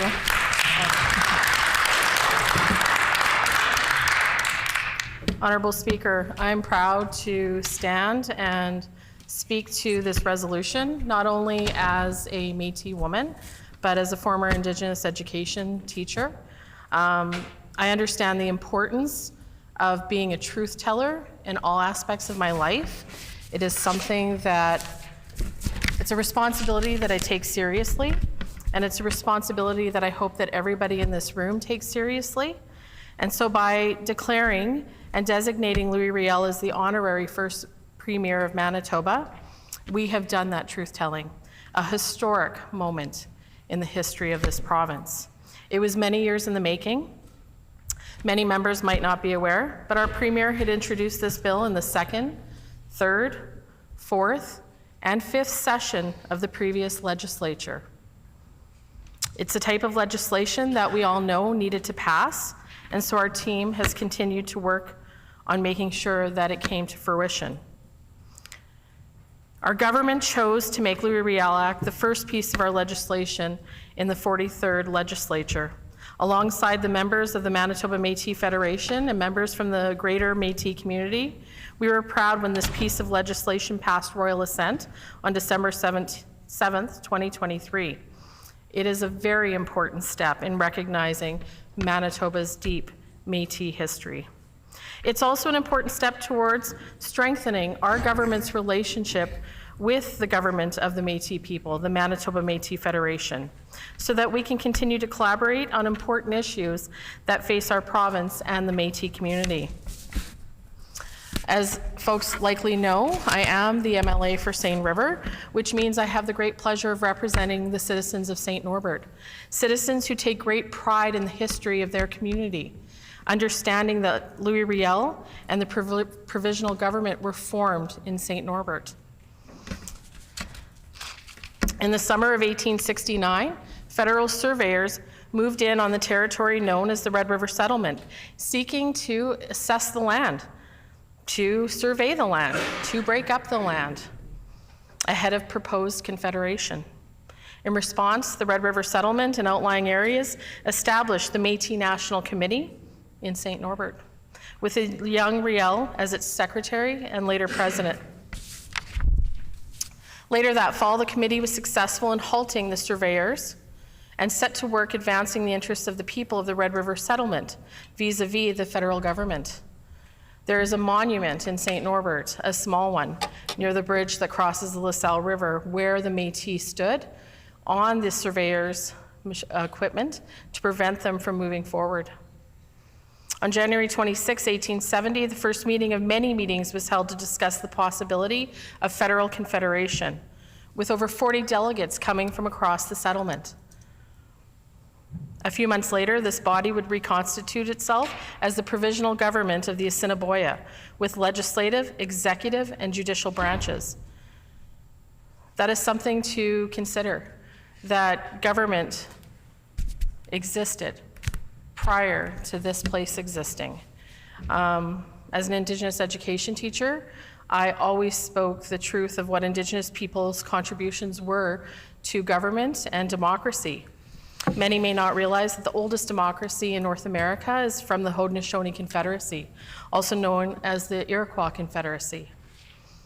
That confederacy was a model for many governments around the world, including the US government. And so it's important to recognize that Indigenous communities, including Métis, were people that believed in politics, in government, in representation and democracy. When the Red River Resistance came to an end, 4 successive lists of rights were drafted by the Provisional Government of Assiniboia, and the 4th and final version becoming the Manitoba Act of 1870. Those lists of rights presented a multicultural, bilingual, and inclusive vision of a province that respected the rights of Indigenous peoples and minority rights.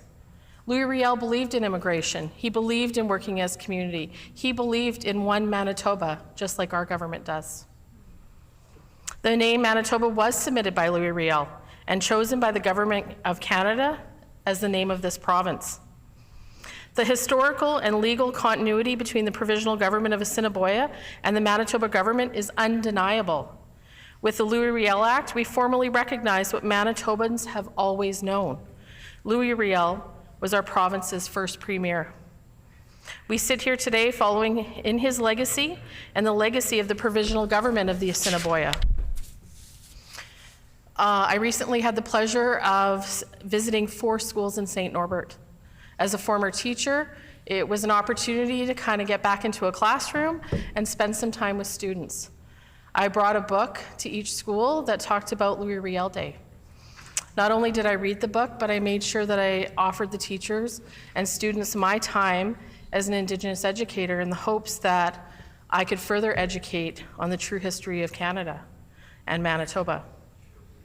What I found surprising is that many students didn't understand who Louis Riel was. This was extremely disappointing when you're speaking with grade 4, 5, and 6 students. That is why this is so significant that our government is going to make sure that we strengthen the curriculum in Manitoba to ensure that students understand who the first premier was. In grade 4, students learn about the history of Manitoba and living in Manitoba. Louis Riel and his accomplishments are touched on, but not quite deep enough. In grade 5, students start learning about the fur trade and Confederation. But oftentimes they are learning it from the point of view of settler Canadians, of a European, westernized viewpoint. Louis Riel was not only the father of Manitoba Confederation, I would argue he is the father of Canadian Federation, the Confederation. He is a central figure in Canada's establishment of the West. He is someone that we can look to for his leadership and his example that he set so that we can move forward in a spirit of reconciliation that is actionable and meaningful. Louis Riel embodied the struggle of the Métis, First Nation, and Francophone peoples across Manitoba and Canada. The racial tensions between white settlers and Indigenous peoples. And as a devout Catholic, he also intertwined with the religious history of Manitoba. Through Louis Riel, we can see that Métis history is Manitoba's history. It is not a separate history. When you talk about history, it is so important that we look at individuals who made bold moves, who set precedents, who put themselves in vulnerable situations to fight for the rights of others. Often we look at history in terms of events, rather than looking at the people living during that time. If we truly want to understand history, we need to look at individual accomplishments and sacrifices.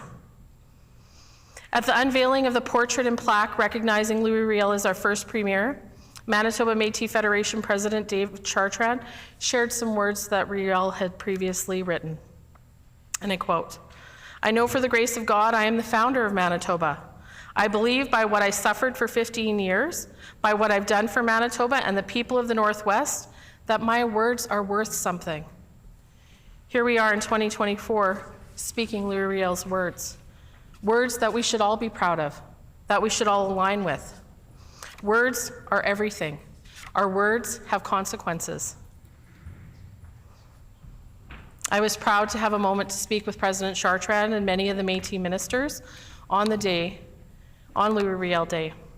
I can share with this room that those folks were moved by what we did as a government, by declaring the truth, by making Louis Riel our first premier. It is something they have been fighting for forever. My grandmother, who was a proud Métis woman, who I lost over 20 years ago, never believed that this truth would happen. Never believed that the Métis people of Manitoba would be honored or respected in any way. She always claimed we were the forgotten people. And as a consequence, I was forced to do some code switching. And for those of you that don't understand what it means to code switch, it means that I had to hide my true identity in specific situations. Imagine being a young child and you're asked who you are, how you identify. The truth is, I was always told to identify as Ukrainian like my father and to never divulge that I was a Métis woman. That changed through education, through truth-telling that others gave to me. I am now proud to stand here and say that I am Métis. I am proud of Louis Riel, and I am proud of my people. Thank you. The honourable member for Agassiz. Thank you, Honourable Speaker. It is my pleasure to rise in the House today and put a few words on the record in respect to the private member's resolution brought forward by the member from St. Boniface on this very important bill. There are so many great men and women who have contributed to the historical fabric of our country and our great province here in Manitoba. Bill 202 passed unanimously in the fall session, which was a historical day for those of us here in Manitoba. This past February 19th, we celebrated this very special Louis Riel Day. Not only did we celebrate Louis Riel, but it was also a special day for me personally, as I also celebrated my birthday with family and friends. On that day, I also attended a Louis Riel Family Day in my community, in my constituency of Agassiz. Many families were out and enjoyed the many outdoor activities at this community event.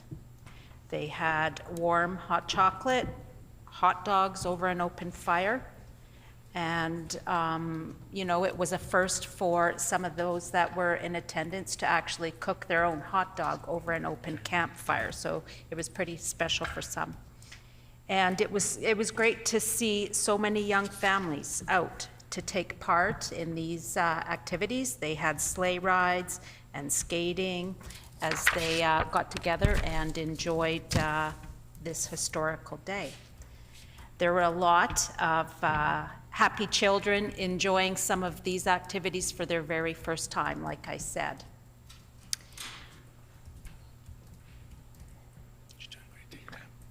In our province, we have many cultural celebrations and events recognizing the contributions to our communities and our cultures.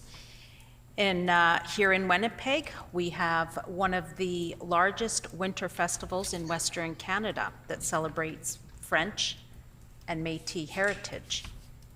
The Festival de Voyageurs includes traditional music, food, highlighting Métis artists in our province and beyond. I know many Manitobans look forward to this 2-week-long event. I know many schools bring their classrooms into the festival, allowing an opportunity for students to see and learn history of the French and Métis firsthand. Excuse me.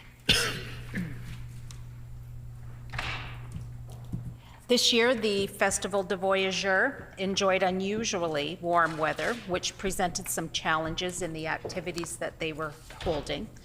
But Manitobans here, we are resilient, and people turned out in record numbers to take part in the activities. Many come to enjoy in the great food, and we all know food brings people together, as well as entertainment of local and national groups. Festival de Voyageurs is a family-friendly event and continues to grow. It brings Manitobans of all cultures together to celebrate as one. This festival is a great example of how Manitoba can work together, play together, and celebrate together. Last week alone, we celebrated International Women's Day.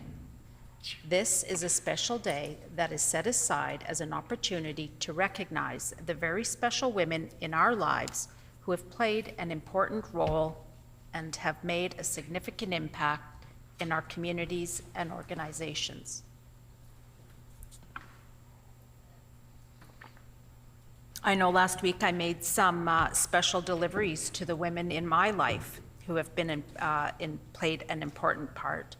Some who have known me my whole entire life, others who have been lifelong friends, and others who I know just for a number of years, and some that I've got to know most recently, but have already had an impact. We see history being made right here in our chamber, with the females that have been elected, both past and present. They have been trailblazers for all women entering the political world. Many of these women have demonstrated strong leadership, courage, and perseverance throughout their careers. I'd like to thank them for their work, their contribution, and dedication to their roles in public service. The commitment and sacrifice these women have made to leadership and governance has been significant and has contributed to the shaping of our province and where we are today. We have a unique opportunity in this House where we're able to stand up and deliver a private member statement. This recognizes the important work of people and/or organizations in our constituencies, province, and much broader. This statement is recorded and on permanent public record.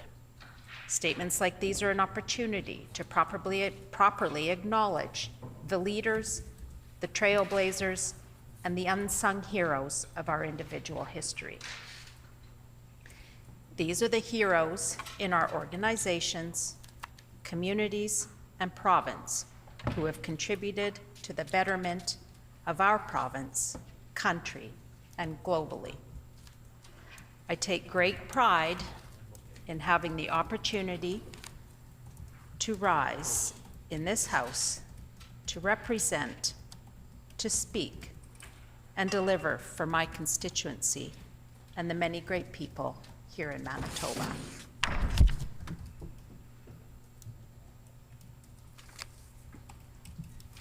We are a very cultural diverse province here in Manitoba, and we love to celebrate each unique culture and their contributions of our province. In this chamber, it is important that we continue to support reconciliation, collaboration, and opportunity. We saw this support in the fall with a unanimous vote on Bill 202. I again want to thank you for this opportunity to speak about our great province, recognize our diversity, and the importance of bringing people together. Good job.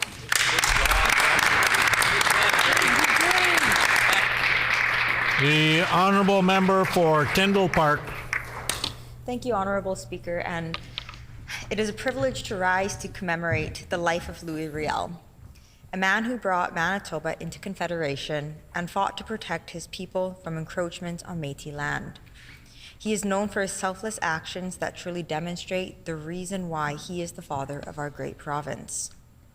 Honorable Speaker, with the establishment of the provisional government, Riel knew and understood the danger of the work that he was doing. He was accused and labeled as a rebel and a traitor by the Canadian government. However, what happened at Red River was not a rebellion, it was an uprising. It was an act of resistance for fundamental rights that we as Manitobans and Canadians enjoy today. Riel trusted that the institutions of government would work for the Métis people, and they did not. Honorable Speaker, this is why Riel led the charge for an assertion of rights. Rights for people who were in favor of joining the Confederation, but to do so on the terms of equal treatment and fairness, so that they were not simply ruled over as British subjects. Riel was not only a fighter for rights, but a true believer of justice and the rule of law. He wanted to make sure that there were fair rules to govern Métis and that power should not and cannot be centralized in the hands of the few, because when power works for the few and not the many, that is not democracy. Honorable Speaker, Riel was at the forefront of some of the most important conversations that we continue to have today. Conversations about democracy, representation, and voting rights. It was his provisional government that led the charge, and we can thank him for fighting for the basic fundamental rights that we as Manitobans enjoy today. It is truly an act of reconciliation when we recognize the true history of Manitoba, Riel as its founder, the first premier, and a true leader who shaped not only our province, but our entire country for the better. And I know each and every one here today continues to be inspired and grateful for Riel as a pillar upon which the ideals of Manitoba were built upon. I'd like to thank the member for bringing forward this morning's resolution and for the opportunity to speak to it. Thank you, Honourable Speaker.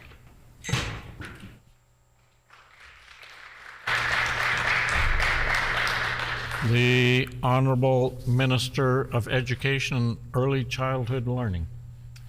Merci, Monsieur le Président. Et je voudrais un grand merci pour ma collègue Emily Loisel pour avancer cette résolution. Can't use the member's name.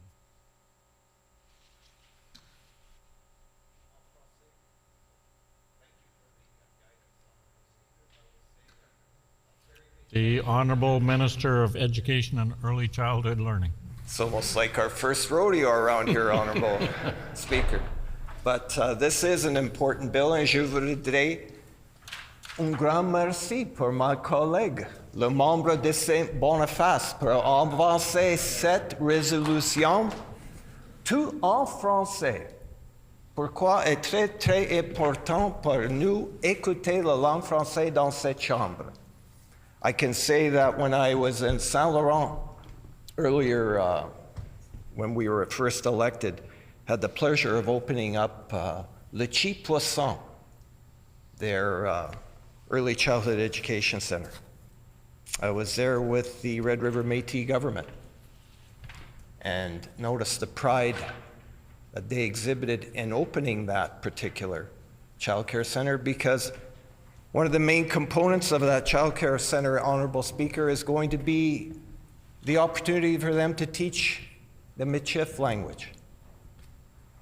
They had a number of elders present that have committed to that center that they were going to move forward with that, because as many members have already risen here today, and I do want to acknowledge the member for Gimli Interlake for putting words on our record that talked about the importance of language.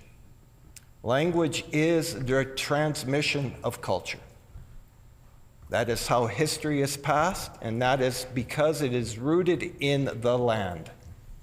The land informs our language, and that's a piece that we can never forget. I can tell you, with the rising numbers of people that do speak Michif and are able to put it down on paper, it's really important, especially when we get the opportunity to transmit that with the teaching that we have in early childhood education centers like the one that is now opening in Saint Laurent. I also do want to say that the curriculum in Manitoba is being revised with and in conjunction with the Red River Métis government. We met yesterday with their Minister of Education, Joan Ledoux, and her team in my office, where we have them now as a part of our redesign of the grade 11 curriculum, Canadian history. They were going to be a part of ensuring that the Michif language, that Red River Métis history is accurately portrayed in our curriculum. There are many places right now at grade 2, grade 4, grade 6, grade 8, and of course at grade 11, where we honor the people that were here on this territory for hundreds of years before Manitoba was incorporated. I do want to say, Honorable Speaker, that this is an important piece that I'm very happy to have my colleague advance today. I'm also very proud to be part of a caucus that has a number of Red River Métis citizens on the team. We noticed that as we moved through and saw that in our ability to advance Bill 202 earlier in the fall session, our first sitting of this legislature. It was very important because, as you know, Manitoba's history is intertwined with the history of the Métis, the history of the Red River Métis, and the history of the people that were here before us. I do want to report that we will bring this forward and ensure that curriculum reflects this true history, and that the Red River Métis will be a significant part of moving this forward. Je voudrais parler en français tout le temps ici dans la chambre, mais est très difficile. Pourquoi j'ai besoin plus pratique avec la langue française. Merci, Monsieur le Président, pour cet mot. The honourable member for Swan River. Yeah, thank you, Mr. Honorable Speaker. I wish I would have had about 25 minutes to talk on this, unfortunately, on this very important issue, because I want to thank the member from St. Boniface, and hopefully I can just share one thing. Culture, as an educator for 35 years, maintaining culture, when it dies, and it's so important to be able to maintain it. And I just want to share this. My 4-year-old grandson goes to the Albert Chartrand Child Care Center in Swan River.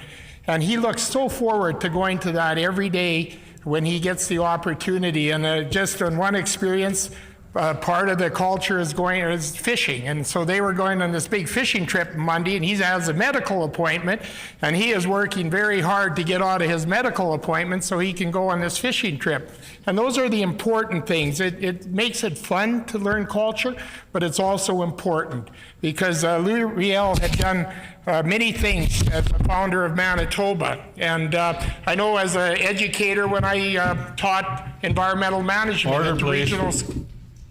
When this matter is again before the House, the honourable member will have 9 minutes remaining. The hour being 12 o'clock, this House is recessed and stands recessed until 1:30 this afternoon.